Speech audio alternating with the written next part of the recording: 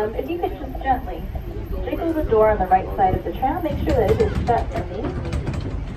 As you can see, that door is latched, it is not locked, so please try to refrain from leaning up against it or putting any of your belongings on it. Also, if you look up above you, you'll notice there is a yellow strip. You can press that yellow strip in case of any medical emergency. And for those of you who are seated in the car behind me, directly behind me, you can just knock on my window and let me know. I'll help you as soon as I can. Now during our tour today, I will be making a lot of starts and stops.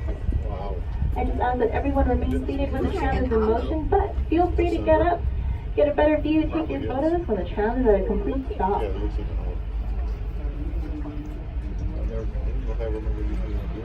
Now during our tour today, I will be sharing with you guys a lot of different animals. We'll be looking for these animals and the different adaptations that they have to surviving in the home that they come from. Looks like we've got some keeper activity on the left side. Every once in a while, our keepers need to go out and make sure that the animals are healthy. They also check up on any pregnant females. And as you'll see during our tour today, we will get a chance to spot a lot of different baby animals.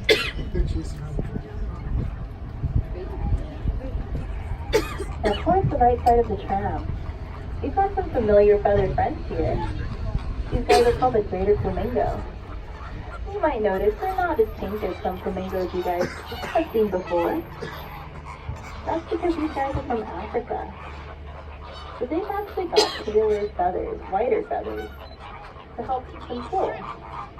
Sort of like for us, we tend to wear a white or light colors when it's a hot summer day, and we will avoid wearing black because black absorbs heat really well.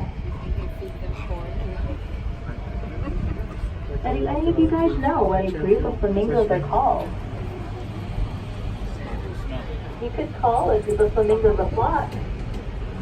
But if you want to use the fancy birder term for it, you could call them a flamboyance of flamingos. How about pelicans?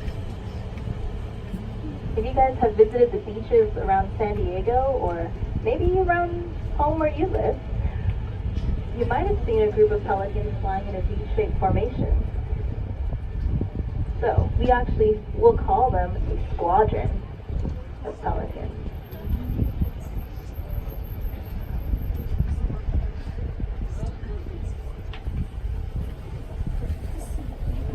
Now this enclosure towards the right side of the tram is called the Rhino Rescue Center.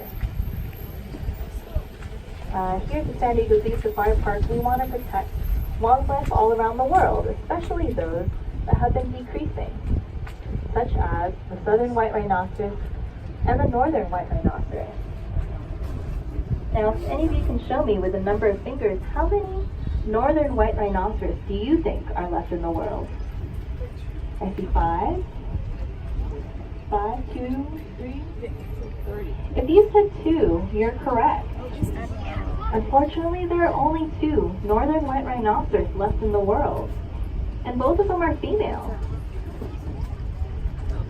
But we have scientists that are hard at work, and they are actually, what they found is they could actually take skin cells from a rhinoceros, and they could turn them into stem cells. And stem cells are really important because they can use those cells and turn them into any cell that they want.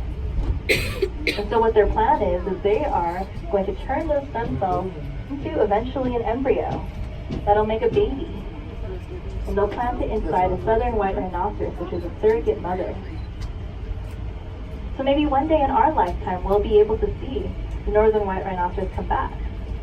In fact, the San Diego Zoo has had a lot of success with this so far, but they've done it with southern white rhinoceros cells only. And until they perfect that technique, then they'll be able to, then they will try it on the northern white rhinoceros.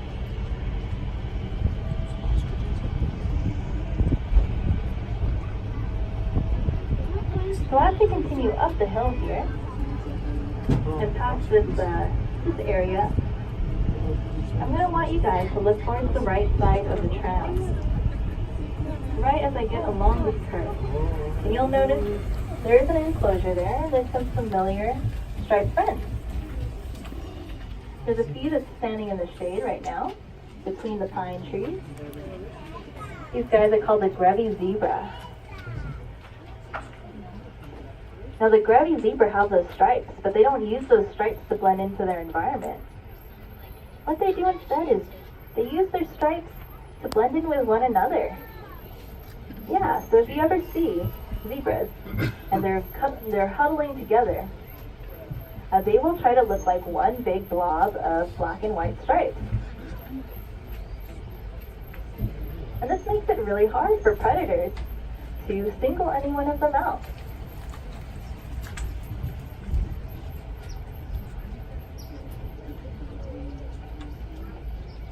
Now in terms of standing out, you guys might see a couple of feathered animals in the right side of the enclosure. You'll notice underneath the shade of the tree, there is a white-colored vulture, a cave vulture. And right now, we're actually expecting a couple of hatchlings in December. And so our vultures have been hanging out over there, tending to their nest, making sure their nest is okay. They'll come out every once in a while, so we're pretty lucky to see them today. Now, how many of you guys like vultures? I see a few hands. That's awesome. Well, vultures provide a very important service for us. They're like the recyclers of the natural world. They will break down any dead or decaying animals, make it a lot easier for other plants or even other smaller animals to use them. Now these few piggies on the right side of the tram, these guys are called the Red River Hogs.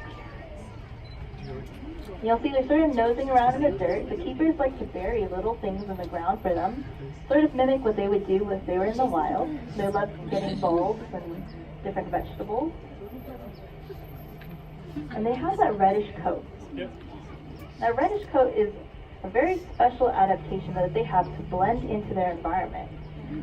It sounds really strange, but I'll talk about that in a little bit because we've got more exciting animals on the left side too. So these chocolate-colored animals with those curved horns are called a sable antelope. And you might notice there's a tan-colored baby, sort of right at the very front. These sable antelope are really special because of the way that they live. They actually live in one big family. And the leader of their family actually tends to be grandma. And just behind them, you'll notice a group of our ostriches. They're all female, and they're not fully grown yet. They're only about 7 feet tall right now. But when they are fully grown, they can reach up to 10 feet tall. You notice they have those fluffy feathers. They use those fluffy feathers as a way to blend in. And what they'll do is if they're scared, they'll pull their legs in, they'll sit on the ground, they'll tuck their heads away, and they'll try to fluff up their feathers to look like a big bush. Now you'll see this tan antelope. He's sort of walking the other direction the tram is going right now, and there's a couple tan antelope also at the feeding trough there. These guys are called the Patterson eland, and they are the biggest of the antelopes.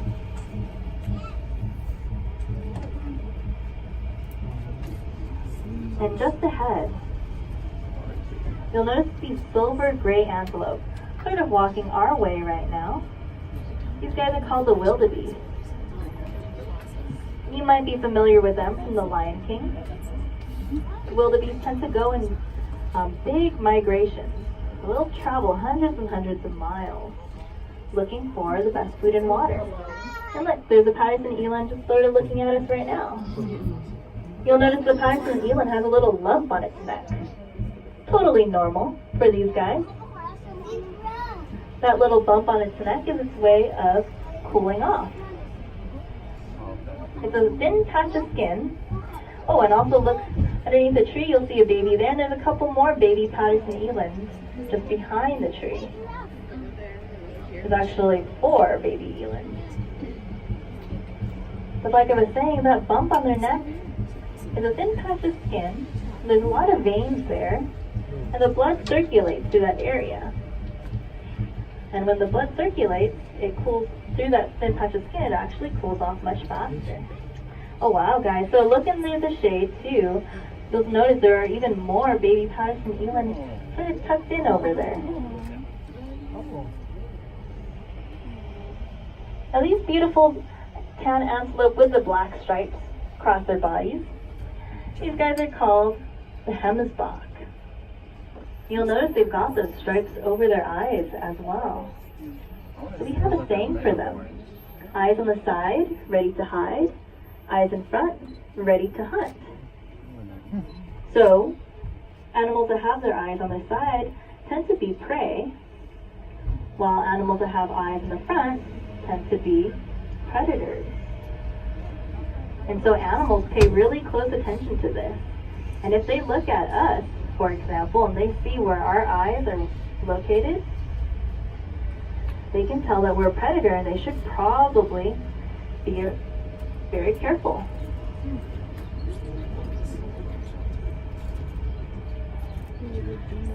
Now guys, to the left side of the tram. Oh, so many babies today. Okay, so you'll notice there are a couple giraffes at the feeding trough. And there are some baby Hemsbok. They look really similar to those Patterson eland that we saw as well. But those are Hemsbok babies. And notice how the Hemsbok like hanging out with the giraffe. So usually when those giraffes eat, they're really messy. They drop a lot of grass. Oh, there's another Hemsbok just right in front of us. They'll eat a lot of grass, they'll drop it all over the ground, and the Hemsbok like eating that grass as well, so they tend to hang out with those giraffes to get a chance of getting their favorite snack. On the left side of us, those dark cattle-like animals are called the Cape buffalo. But the exciting animals I want to turn your attention to are on the right side of the tram. So these guys look a lot like donkeys, but they're actually completely unique. They're called the Somali wild ass. And it's a funny name, I know, but that's the name that they're called. The Somali wild ass are actually a critically endangered animal. Researchers believe there may be less than 50 of them left in the wild. So one of the things we hope to do at the San Diego Zoo Safari Park is breed them and one day reintroduce them back into the wild.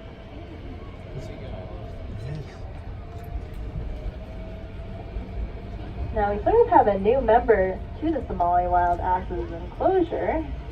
If you look underneath the willow-like trees over there on the right side of the feeding trough, you'll notice our Bactrian camel.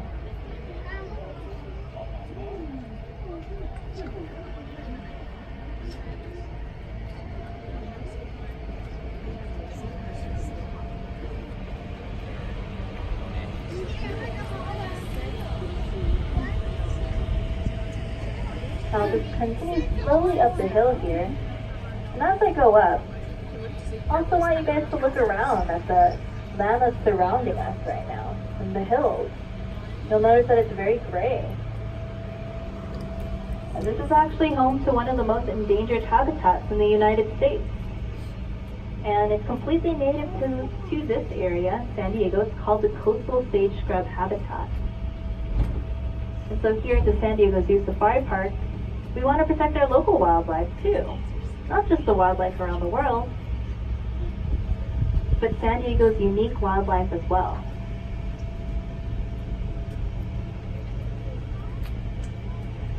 So what the San Diego Zoo Safari Park has done is they've set aside 700 acres of land, all this land that's surrounding us right now, to forever be coastal sage scrub habitat.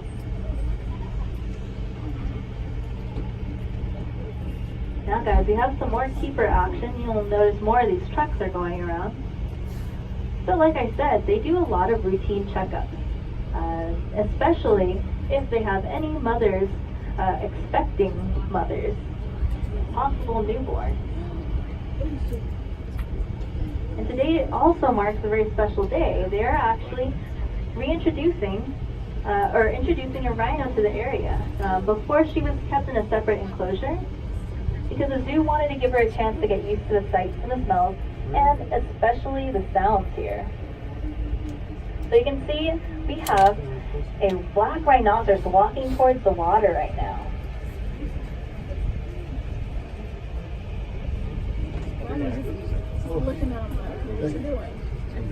That's exciting. So she looks like she wants to claim that area for herself. The Sitatunga wasn't, the shaggy colored antelope that you see there, wasn't sure what to make of it. So that shaggy colored antelope is, like I said, called the Sitatunga. They're an aquatic antelope. And aquatic because they actually prefer to spend most of their time in the water. And they have these oily coats to help them do that. So we'll just pull up. We'll get a close look, and I'll stop here for just a moment. You can enjoy the view too. If you're curious, on the right side as well, we've got some red lechwe resting in the grass. And like those Red River hogs I mentioned earlier, those red lechwe have that reddish coat to help them blend into their environment. And if you think about how a lot of predators see, think about even cats and dogs too. They see in different shades of gray, so they don't actually see red. So as long as that reddish animal is sitting in a lush green environment, they will actually blend in really well.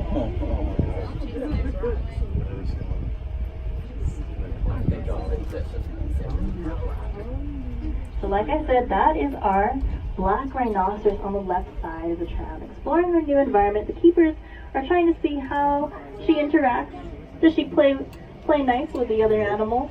Nope. Seems like she's just getting used to this new environment.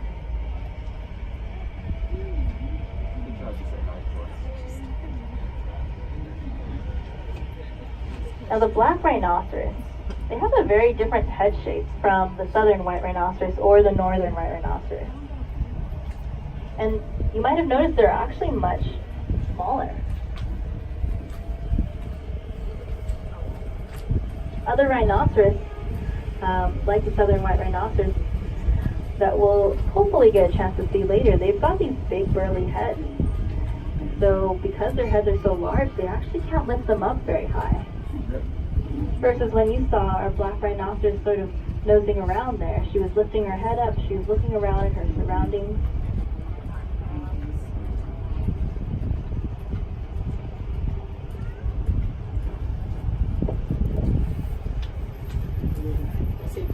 Now guys, we're getting a different view of the park here. Now we're up above and looking down.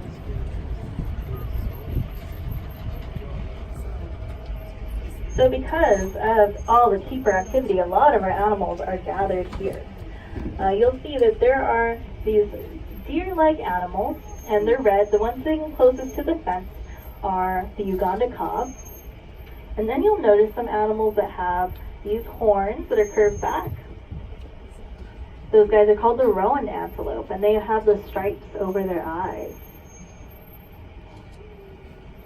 And then furthest to the back, closer and hugging the wall, you'll see these two animals facing opposite directions. Those two are called the Ankoli cattle, and they've got those big horns. And then to the right of them, the greater kudu. You might be able to spot the male because the male has these big, beautiful spiral horns that makes him stand out really well. So all our animals are sort of gathered in this one area. They don't want to be bothered by the keepers. I wonder if they know that the black rhinoceros is out.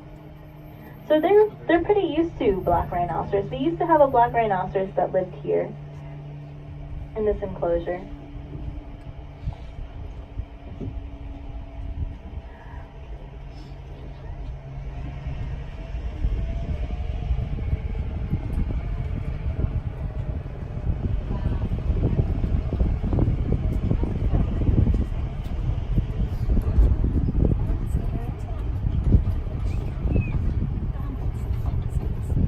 As we continue on,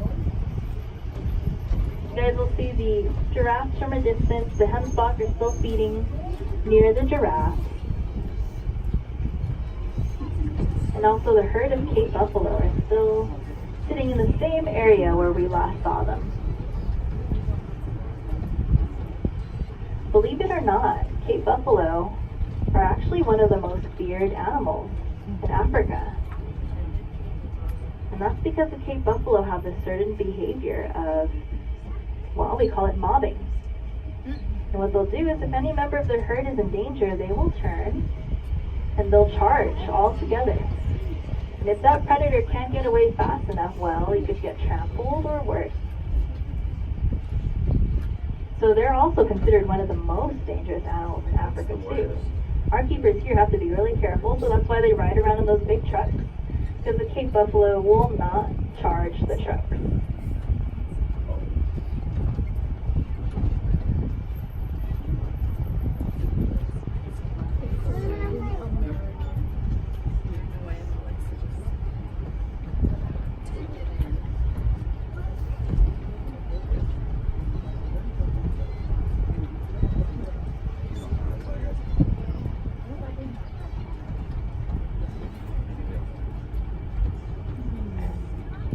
Alright, as we make our way around the bend here, guys will see that wildebeest are also still where we left them when we last saw them. Patterson's eland is still down there as well. Those are those big tan antelopes.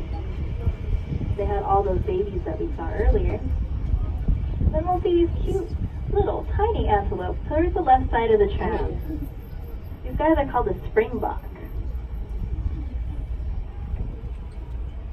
But one of the really cool animals that I want to share with you is also to the right side of the tram. You'll notice there are these very pale-colored antelopes with a brown neck and those very long scissor-like horns.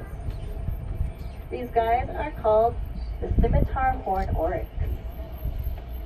And they are actually one of the animals we're super proud of here at the San Diego Safari Park. So these guys live in the Sahara Desert. And their only predators are, well, people. And people have hunted them so much that their population declined. But with enough protections, now the San Diego Zoo Safari Park has been able to breed them and actually successfully reintroduce them back into the wild. And also you guys are getting another view of the Ankole cattle here on the right side. They've got those big horns.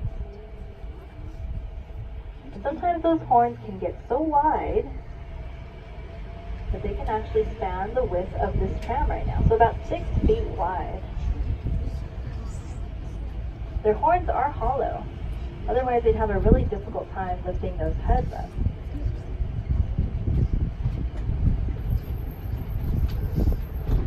Now earlier I mentioned those scimitar horn oryx, and they're one of the animals that have been able to be protected and bred and reintroduced.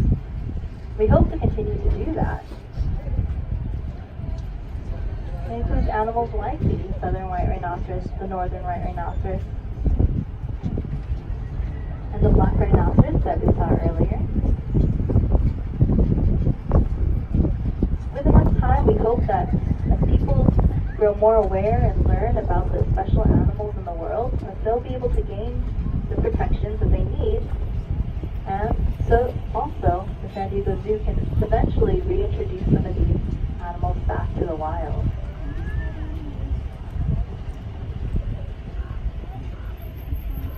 Now earlier on our tour I also mentioned the coastal sage scrub habitat. That is the critically endangered habitat that's only here in California, and the rarest habitat in the United States. But believe it or not, San Diego is home to over 200 rare and endangered species of plants and animals. And some of you who live here might be familiar with them, like the toy pine tree or the California gnatcatcher. And here in San Diego, we actually have over 700 unique species of bees, and they can be all different colors: blue, green, some are even pink. So all in all, what I'm trying to say is there's this whole wide array of wildlife that also lives here in San Diego in the coastal sage scrub habitat that often goes unnoticed. So one of the things I'm really proud about is that the San Diego Zoo also protects this wildlife by preserving the land around this area. Oh yeah. Now guys, if you look to the right, these guys are our southern white rhinoceros. And look at their heads. They have these very square faces.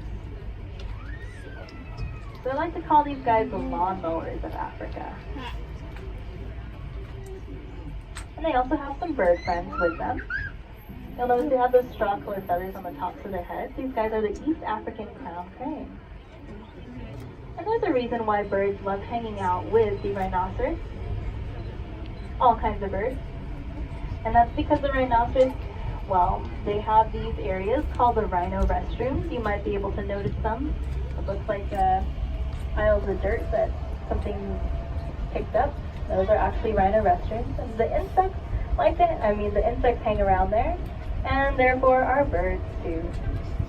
Birds get a really nice insect buffet.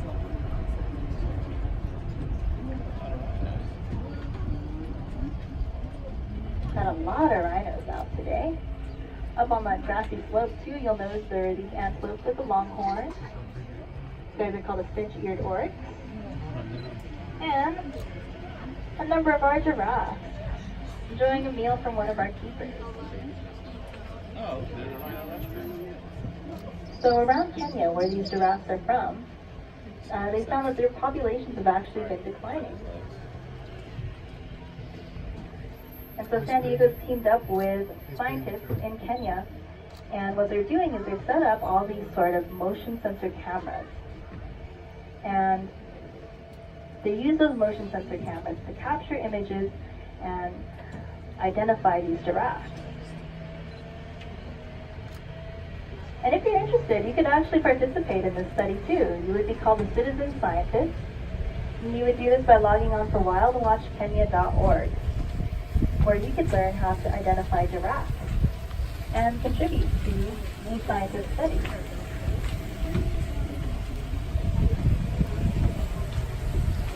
Now during our tour today, I shared with you guys a lot of different animals and the different adaptations that they have to surviving in their environment. But I also shared with you the different projects going on at the San Diego Safari Park, like with the southern white rhinoceros and the northern white rhinoceros, and the success story like the scimitar horn oryx, and also protecting the local wild.